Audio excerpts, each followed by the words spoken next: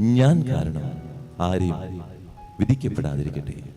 കർത്താവിന്റെ സന്നിധിയിലേക്ക് കൊണ്ടുവന്നപ്പോൾ ആ ജനക്കൂട്ടത്തിന് ഒരു കാര്യം ഉണ്ടായിരുന്നു, യേശുവിനെ നശിപ്പിക്കുക. ഇങ്ങനെ ഞാൻ കാരണം ആരും നശിക്കാതിരിക്കട്ടെ, ആരുടെ കണ്ണുനീരും വീഴാതിരിക്കട്ടെ. കുറച്ചു പേര് കൂടിക്കഴിഞ്ഞാൽ ഒരു വ്യക്തിയെ നല്ലവനാക്കാനും പറ്റും, നശിപ്പിക്കാനും പറ്റും. കുറച്ചു പേര് കൂടിയാൽ മതിയാണ്. അങ്ങനെ ആരും നശിക്കാതിരിക്കട്ടെ.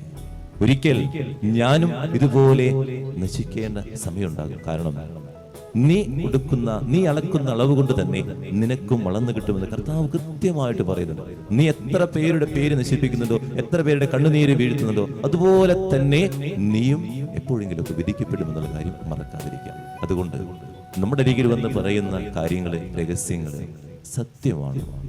ജനക്കൂട്ടത്തിന്റെ വാക്കനുസരിച്ച് മറ്റുള്ളവർ പറയുന്നത് കേട്ട് എല്ലാം ഛർദ്ദിക്കുന്ന വ്യക്തികളായിട്ട് മാറാതിരിക്കട്ടെ.